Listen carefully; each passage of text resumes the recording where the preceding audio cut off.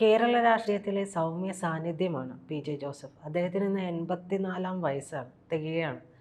അദ്ദേഹത്തിൻ്റെ വാശിയൊക്കെ കുറഞ്ഞിട്ടുണ്ടോ?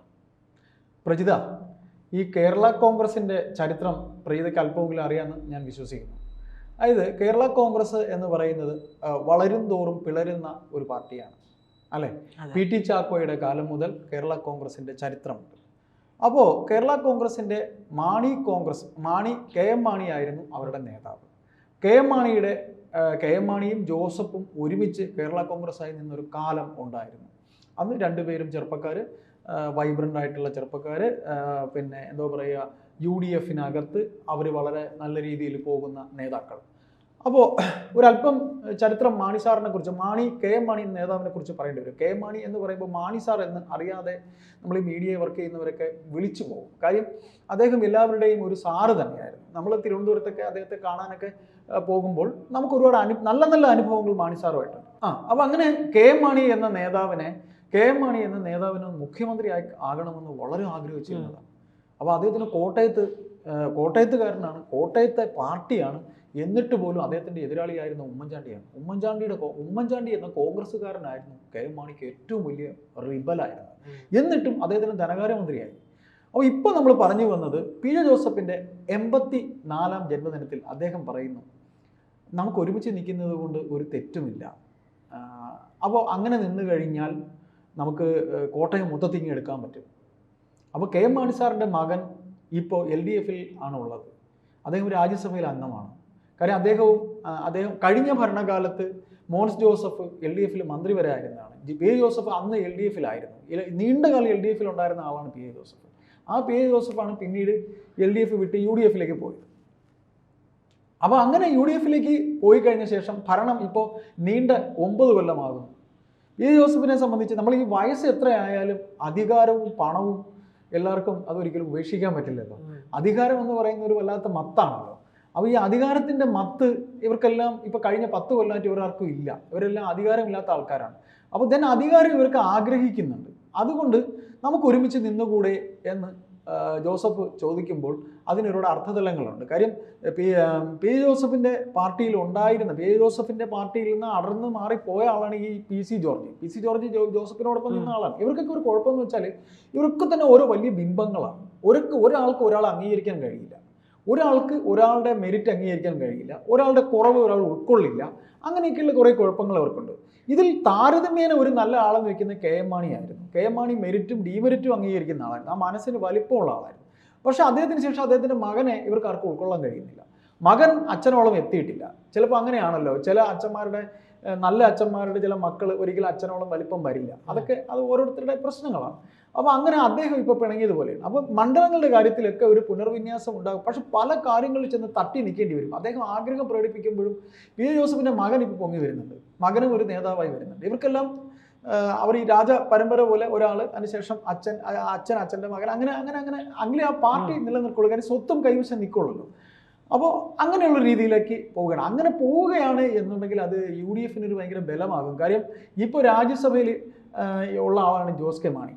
പിന്നെ പ്രജിത, ഇതിനകത്ത് വേറൊരു കാര്യം എന്ന് പറഞ്ഞു കഴിഞ്ഞാൽ നമ്മൾ മനസ്സിലാക്കാനുള്ള കാര്യം, നമ്മൾ ചേരേണ്ടത് ചേരുംപടിയിൽ ചേർക്കാവും. കാര്യം ചിലയിടങ്ങളിൽ നമ്മൾ ചില ആൾക്കാരെ കൊണ്ട് കുത്തി നിറയ്ക്കുമ്പോൾ നമ്മളിപ്പോൾ ഒരു മുത്ത് കോർക്കുന്നു, ഒരു മാലയിൽ കുറച്ച് മുത്ത് കോർക്കുന്നു. ഈ മുത്ത് കോർക്കുമ്പോൾ ഒരേ വലിപ്പത്തിലുള്ള മുത്തുകളല്ല, ഇടയ്ക്കിടയ്ക്ക് വലിപ്പം മാറിയുള്ള മുത്തുകളാണെങ്കിൽ ആ മാലയ്ക്ക് ഒരു അഭംഗി ഉണ്ടാവും.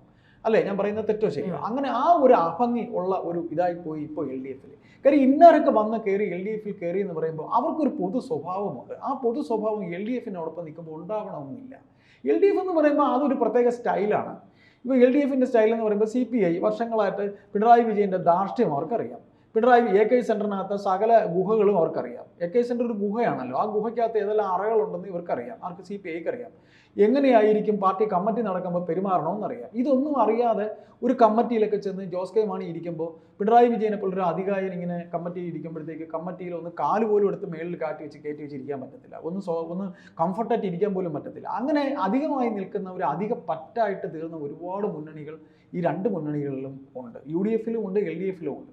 ഇപ്പോൾ UDF-ലാണെങ്കിൽ അങ്ങനെ വന്ന് ചേർന്ന ആരെന്ന് ചോദിച്ചു കഴിഞ്ഞാൽ പിന്നെ എനിക്ക് പെട്ടെന്ന് പറയാൻ കഴിയുന്നില്ല. അങ്ങനെയുള്ള ചില മുന്നണികൾ ഇപ്പോഴും അവരുടെ കൂടെയുണ്ട്.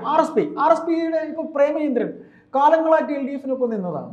ഈ പരനാറി പ്രയോഗം കൊണ്ടാണ് പ്രേമേന്ദ്രൻ ചാടിപ്പോയത്. പക്ഷേ എങ്കിലും RSP അവർ കൂടെ നിർത്തിയിട്ടുണ്ട്. അതൊരിക്കലും അത് നമുക്ക് സമ്മതികരിക്കാൻ കഴിയില്ല. ഷിബു ബേബി ജോണിനൊക്കെ ആശയപരമായി അദ്ദേഹത്തിൻ്റെ അച്ഛൻ വലിയ തലങ്ങളിൽ നിന്ന ഒരാളാണ്. കെ പങ്കജാക്ഷന് കഴിഞ്ഞില്ല കേട്ടോ, കെ പങ്കജാക്ഷന് കഴിഞ്ഞില്ല, ചന്ദ്രചൂഡന് കഴിഞ്ഞില്ല. RSPയിലെ ചന്ദ്രചൂഡൻ എന്ന് പറഞ്ഞൊരു നേതാവുണ്ട്. ഈ പറയുന്ന ഇവർക്കാർക്കും കഴിഞ്ഞില്ല. അതൊക്കെയാണ് ഞാൻ ഈ പറഞ്ഞ അവരുടെ ഒരു വലിപ്പം, ചിലപ്പോൾ അതിൽ അവർക്ക് ഇരിക്കുമ്പോൾ ഉണ്ടാകുന്ന ഒരു ജാള്യത. ഇപ്പോൾ സി പി ജോൺ എന്ന് പറയുന്ന CMPയുടെ നേതാവ്, CPM-ലെ ഒരു കാലത്ത് MP രാഘവൻ്റെ ഏറ്റവും അടുത്ത ആളായിരുന്നു. പാർട്ടിയിൽ എവിടെയോ എത്തേണ്ട ആളായിരുന്നു CP ജോൺ. ഇപ്പോൾ എന്താണ് CP ജോൺ എന്ന് പറഞ്ഞാൽ തോമസ് ഐസക്കിനേക്കാളും തലയ്ക്കകത്ത് ബുദ്ധിയും ബോധവും വിവരമുള്ള ആളായിരുന്നു.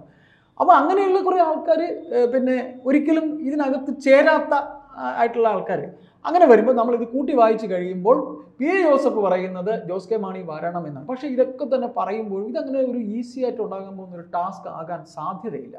കാര്യം ഇതിനകത്ത് നമ്മൾ ജോസ് കെ മാണി പറഞ്ഞല്ലോ ഇവിടെ ഇപ്പോൾ പ്രശ്നമൊന്നുമില്ലാന്ന് ജോസ് കെ മാണി പറഞ്ഞെങ്കിലും പ്രജിത, ഇതിനകത്തുള്ളൊരു കാര്യം എന്ന് പറഞ്ഞാൽ ജോസ് കെ മാണി പറഞ്ഞു എന്നുള്ള കാര്യം ശരിയാണ്. ജോസ് കെ മാണി പറഞ്ഞു എന്നുള്ളതാണെങ്കിൽ നമ്മൾ പറഞ്ഞു വരുമ്പോൾ ഒരുപാട് കാര്യങ്ങൾ, ജോസഫിന് കൂടെ നിർത്തേണ്ട വേറെ ഒരുപാട് പേരുണ്ട്. മോൻസ് ജോസഫ് അദ്ദേഹത്തിൻ്റെ സ്വന്തം ആളാണ്. ഇപ്പോൾ ഇവിടെ ഇദ്ദേഹത്തിന് ഈ പറയുന്ന പിന്നെ മാണി സാറിൻ്റെ മകൻ ജോസ് കെ മാണിക്കും കൂടെ നിർത്തേണ്ട വേറെ ആൾക്കാരുണ്ട്. ഇങ്ങനെ നിരവധി ആൾക്കാരുണ്ട്. പെട്ടെന്നൊരു പുഴ അങ്ങനെ അങ്ങ് ഒഴുകി അങ്ങ് പോകില്ല. പല കല്ലുകൾ തട്ടിയേ പോവുള്ളൂ. അപ്പോൾ ഈ കല്ലുകൾ തട്ടും തോറും വെള്ളം മാറി ഒഴുകി അങ്ങ് പോകും.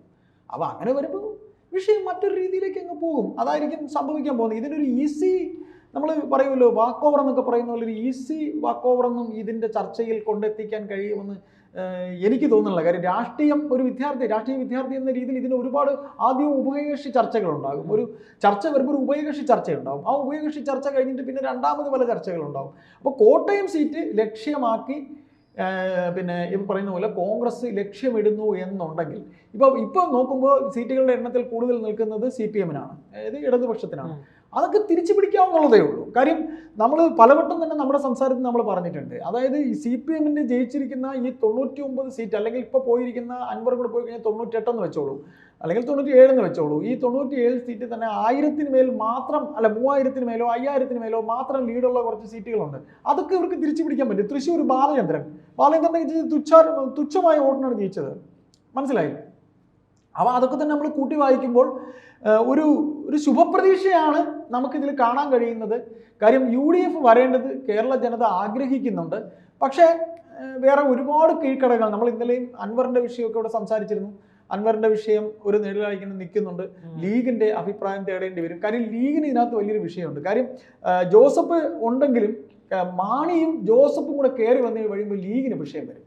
കാര്യം നമ്മൾ ടീമിൽ നമ്മളൊരു ക്രിക്കറ്റ് ടീം എടുക്കുമ്പോൾ ഓപ്പണർമാർ first down, second down, third down എന്നൊക്കെ പറയുന്ന പോലെ ഈ മികവിൻ്റെ അടിസ്ഥാനത്തിലാണ് പ്ലെയേഴ്സിൻ്റെ കളിക്കാരെ first down, second down, third down നോക്കുന്നത്. അപ്പോൾ ഇപ്പോൾ ഫസ്റ്റ് ഡൗൺ കളിച്ചുകൊണ്ടിരിക്കുന്ന ഇവർക്ക് ലീഗിനെ സംബന്ധിച്ച് അവരെ അപ്പ് ഡൗൺ ചെയ്യേണ്ടി വരും. അപ്പോൾ ഇവരെ എടുത്ത് ഫ്രണ്ടിൽ ഫസ്റ്റ് ഡൗൺ വെക്കേണ്ടി വരും. ഫസ്റ്റ് ഡൗൺ വയ്ക്കുമ്പോൾ ഇവർക്ക് കടിയാവും. അപ്പോൾ ഞങ്ങൾക്ക് പറ്റില്ല, ഞങ്ങൾ അങ്ങനെ വരും. അപ്പോൾ ഏറ്റവും ലാസ്റ്റ് മാൻ ബാറ്റ് ചെയ്തുകൊണ്ടിരിക്കുന്ന RSP ബേബി ജോൺ പറയും അതും പറ്റൂല എന്ന് പറയും. അവനും അവൻ്റെ അവകാശം പറയും, അവന് 8ാമത് ഇറങ്ങണം, 7ാമത് ഇറങ്ങണം എന്ന് പറയും.